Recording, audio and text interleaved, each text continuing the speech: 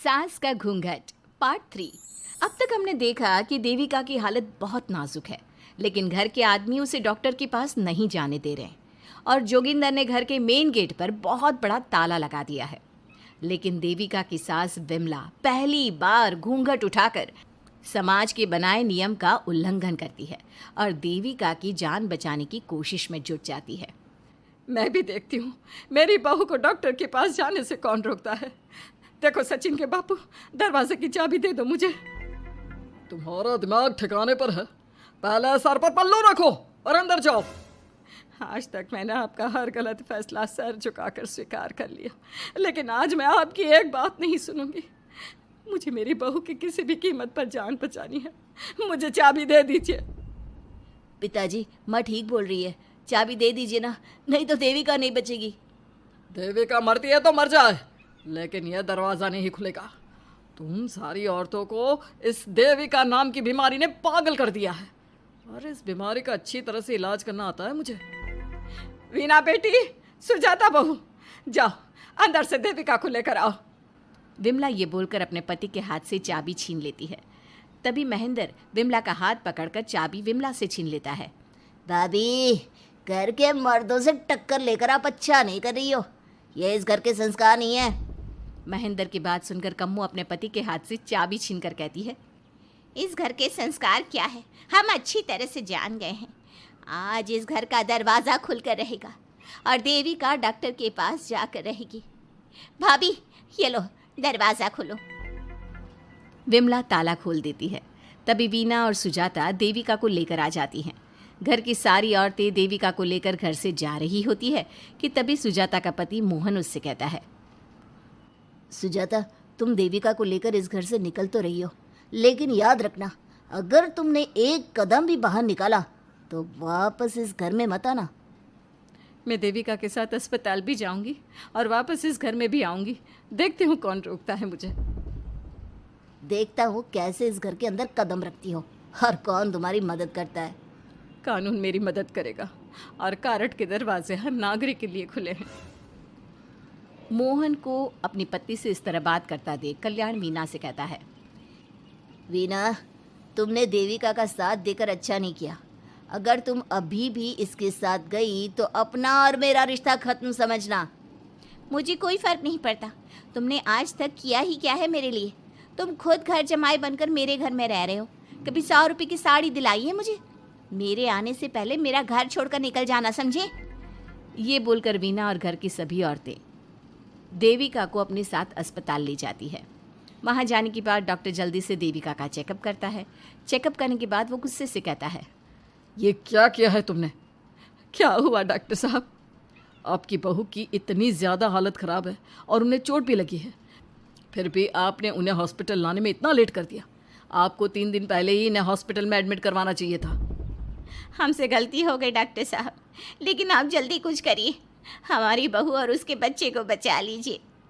देखिए, अभी कुछ भी कह पाना मुश्किल है। हम माँ और बच्चे में से किसी एक को ही बचा सकते हैं। आप सोच लो किसे बचाना है। डॉक्टर साहब, आप देविका को बचाइए, उससे कुछ नहीं होना चाहिए।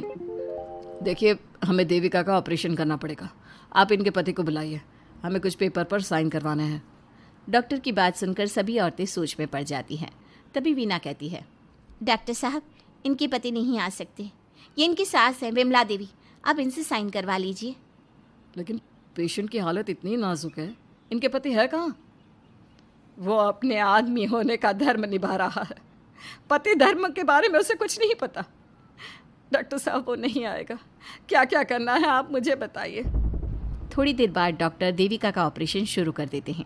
जब वो ऑपरेशन थिएटर से बाहर आते हैं तो कहते हैं, आप लोगों की किस्मत अच्छी है।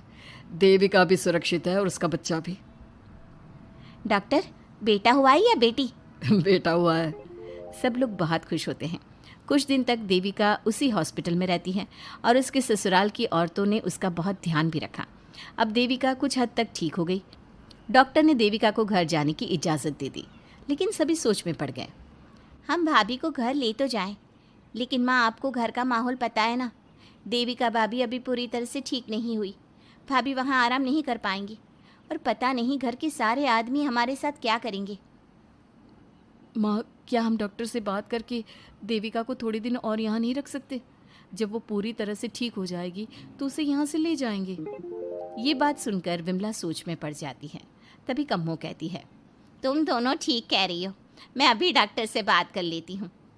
कम्मो डॉक्टर से बात कर लेती है और देविका कुछ दिन में बिल्कुल ठीक हो जाती है।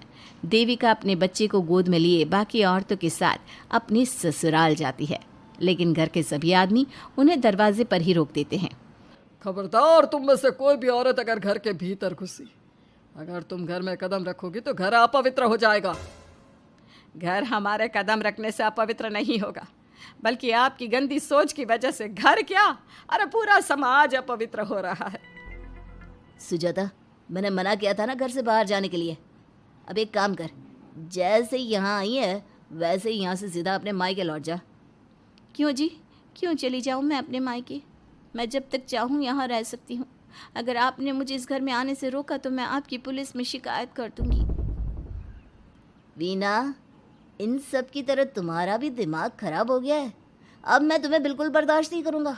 तुम्हें ऐसी सज़ा दूंगा कि तुम याद रखोगी। सज़ा बाद में देना, पहले मेरे घर से बाहर निकलो। खुद पूरी जिंदगी में एक घर नहीं खरीद पाए और मुझे सबक सिखाने की बात बोल रहे हो। देखो वीना, तुम इस घर की बेटी ज़रूर हो, लेकिन कल्याण इस घर में ही रहेगा। उसने बहुत कुछ किया है इस घर के लिए, लेकिन तुम अब यहाँ नहीं रह सकती। क्यों नहीं रह सकती? इस घर पर मेरा उतना ही हक है जितना सचिन का। देश के कानून ने मुझे ये हक दिया है। अगर मैं चाहूँ तो कोर्ट का सहारा लेकर इस जायदाद का आधा हिस्सा ले सकती हूँ। और हाँ कल्याण, तुमसे तलाक भी ले सकती हूँ।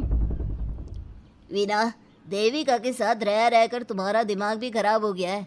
और कम्मो, मैंने तुमसे कितना मना किया, घर से बाहर मत जाओ, देविका की मदद मत करो, लेकिन तुमने मेरी एक नहीं सुनी। अब तुम इस घर से और मेरी ज़िंदगी से चली जाओ।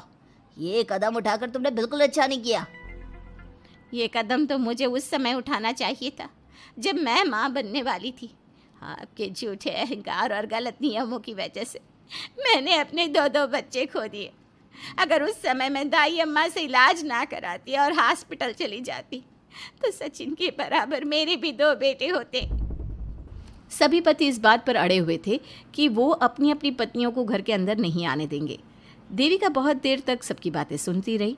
फिर उसने अपने पति से कहा, सचिन, तुम्हारे घर के आदमियों की बात तो मैंने सुन ली, अब तुम बताओ तुम्हारा क्या फैसला है? देविका, मुझे माफ़ कर दो, मैं तुम्हारे लिए कुछ नहीं कर सकता, मैं मजबूर हूँ। मुझे पता था सचिन, तुम्हारा यही जवाब होगा। मुझे अपने आप पर हैरानी है कि मैंने बिना रीढ़ की हड्डी वाले आदमी से प्यार ही क्यों किया, शादी क्यों की। अब मैं आप सबसे बस आखिरी बार पूछ रही हूँ, तुम हमें अंदर आने दे रहे हो या नहीं, या मैं पुलिस को फ़ोन करूँ? देविका, आज तक हमारे गांव में पुलिस ने कभी कदम नहीं रखा और तू हमारे घर के दरवाजे पर पुलिस को लेकर आएगी? तेरी हिम्मत कैसे हुई ये बात करने की? आज तक इन औरतों ने घर से बाहर कदम नहीं निकाला था और 2-4 दिन में तूने इन सबको इनके अधिकार भी याद करा दिए। अब तो तुम बिल्कुल इस घर में नहीं आ सकते। घर की औरतें घर के बाहर खड़ी थी और घर के आदमी घर के दरवाजे पर। उनकी लड़ाई देखकर पूरा गांव इकट्ठा हो गया। देविका को अस्पताल पहुंचाकर घर की औरतों ने काम तो अच्छा किया। इस काम से देविका और उसके बच्चे की जान भी बच गई, लेकिन इनकी जान बचाने की कीमत घर की औरतों को कैसे चुकानी होगी, इसके लिए आपको आने वाला एपिसोड देखना होगा। और हमारे प्यारे दर्शकों, हमें कमेंट करके ज़रूर बताइए कि देविका के साथ बाकी औरतों को क्या करना चाहिए। क्या उन्हें घर के अंदर जाने के लिए संघर्ष करना चाहिए या फिर वो घर छोड़कर चले जाना चाहिए?